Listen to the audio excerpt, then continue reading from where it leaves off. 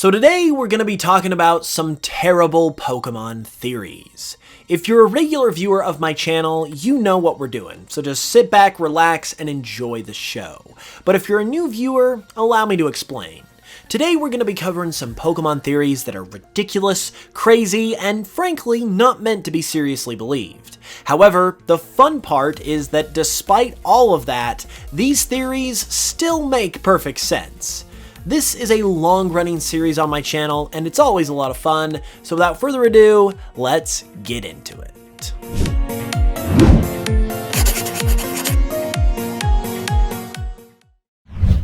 Today's video is being brought to you by rings, and no, they're not Hoopas rings, they're the rings of today's sponsor, the Ridge.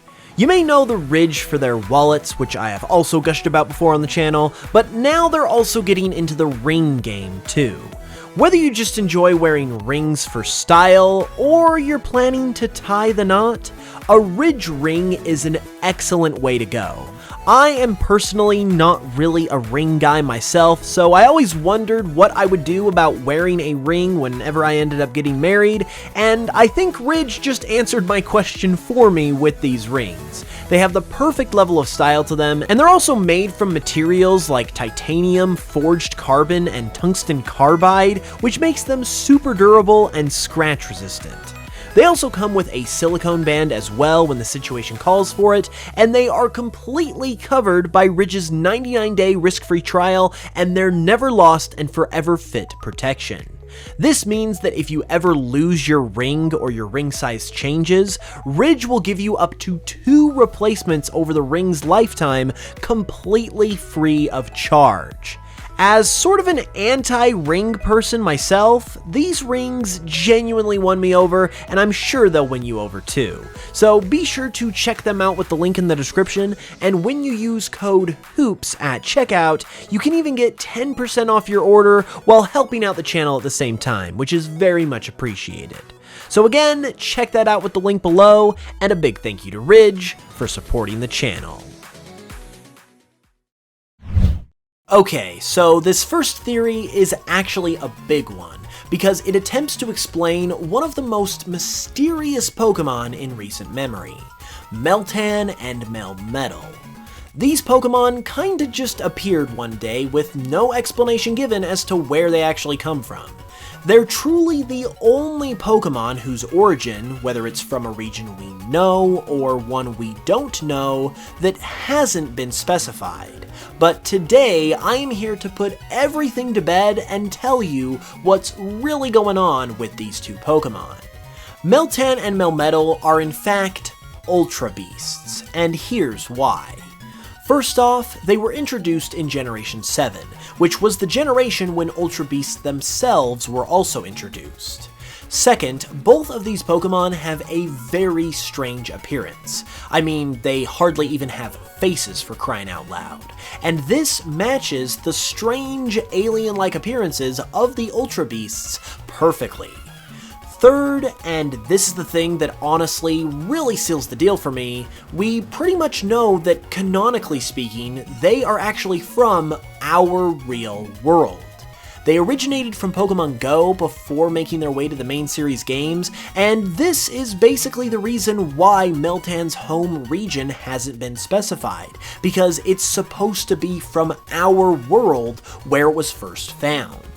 We also know that our world is more or less canon to Pokemon now, since Giovanni at the end of Ultra Sun and Moon also implied that he was going to attack another world and then proceeded to pop up in Pokemon Go, meaning that he literally foreshadowed his appearance in Pokemon Go, aka the real world, in the main series games.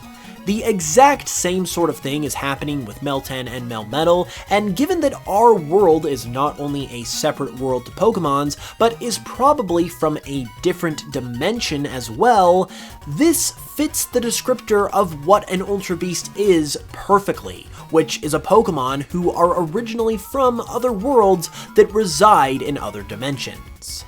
This is actually a legitimately solid theory in my opinion. However, the reason why I included it in this terrible theories video is because I don't think Game Freak has ever really looked that far into this. If Meltan was going to be an Ultra Beast, they would have said it already, but they haven't. So as far as official confirmation is concerned, these two will probably never be officially acknowledged as Ultra Beasts. Probably because they were never perceived that way in the first place by their own creators. However, all of the pieces still fit together pretty dang perfectly here, if I do say so myself. Alright, so that first theory was a little too logical for a video like this, so now we need to get crazy, and boy oh boy do I have a crazy theory for you now. And that would be the theory that time does not pass in the Kanto region. Yes, you heard me correctly. Now, before I explain how this could make any sense whatsoever, I gotta give a shout out to my good friend JPR for mentioning this idea as just a joke in one of his videos. As soon as I heard it though, I decided to do the natural thing that anyone would do and try to prove this as canonical fact on a serious level. Now, for the first major piece of evidence supporting this idea is the fact that despite receiving 3 different iterations of Kanto titles in the originals, Fire Red and Leaf Green, and Let's Go Pikachu and Eevee, the Kanto games have never featured a day and night cycle of any kind. In fact, you can't even evolve Eevee into Espeon or Umbreon in the Kanto remakes for this exact reason, and despite other games not having this cycle either, like the original Hoenn titles, they, at the very least, did have an internal clock, which literally allowed time to pass in those games for certain events. And then, eventually, the day and night cycle would make an appearance in the Oraz remakes as well. Meanwhile, not only have Kanto remakes not received that day and night cycle like Oraz did, despite the multiple remakes it has received, but in Fire Red and Leaf Green, the internal clock that was in Ruby and Sapphire that allowed time to pass was removed, despite these games being released in the same generation and being built on the same engine, which means, as far as the games themselves are concerned, time does not pass in this region because it quite literally cannot pass. Another thing that's interesting about the lack of time moving in Kanto, though, is that while we've seen certain characters from Kanto actually age, like Red and Blue, we have only seen them at an older age outside of the Kanto region, since they were in Alola when we saw them this way in Sun and Moon. However, despite all of this riveting and convincing evidence, you might be saying to yourself that we know time passes in Kanto because we see the region 3 years later in the Johto games, and in those games we do see Kanto at night.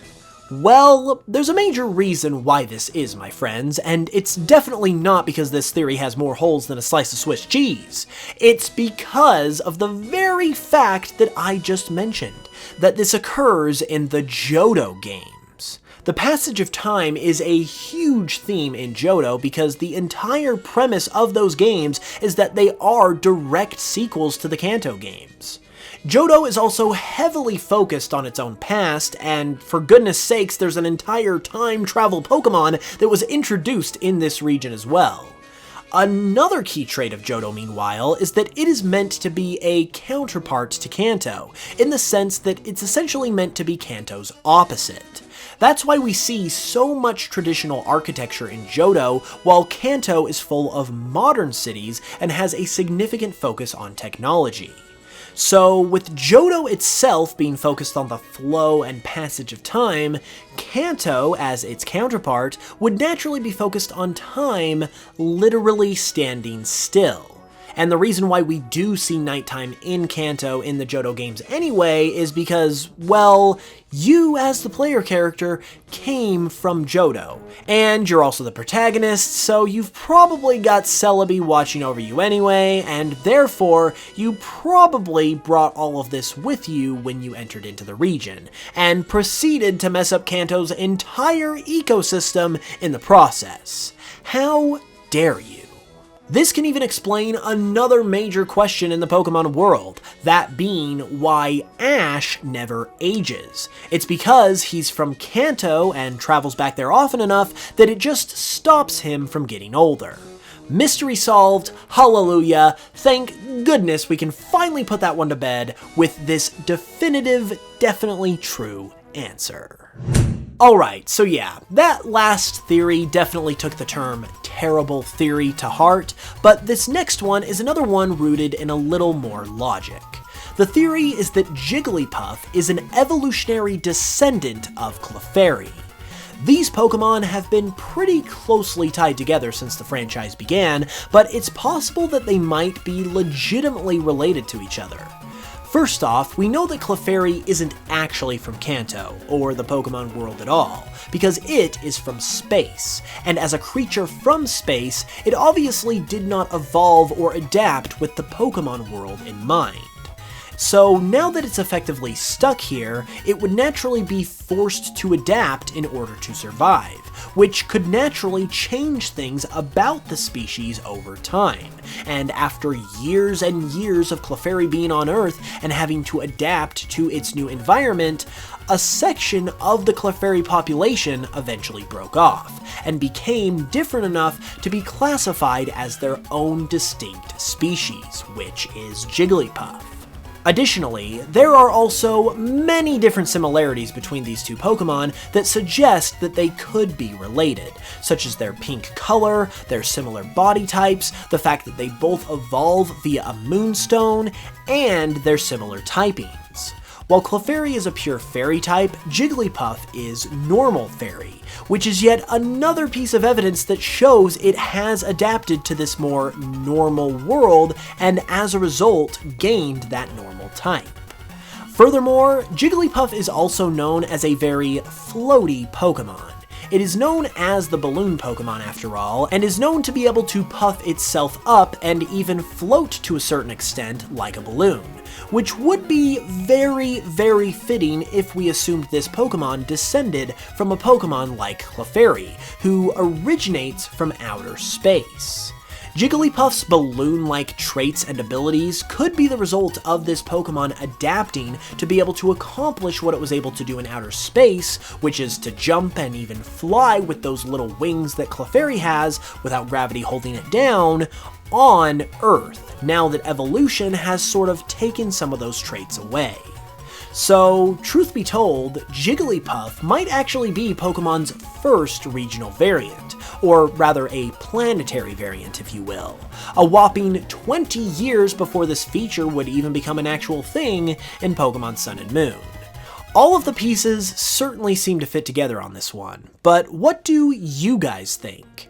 Be sure to let me know in the comments below, and be sure to leave a like on this video if you enjoyed, and subscribe if you're new for more. I'll be back very soon with another video as well, and so until then, as always, thank you all so much for watching this one. I really, really appreciate it, and I will smell you guys later.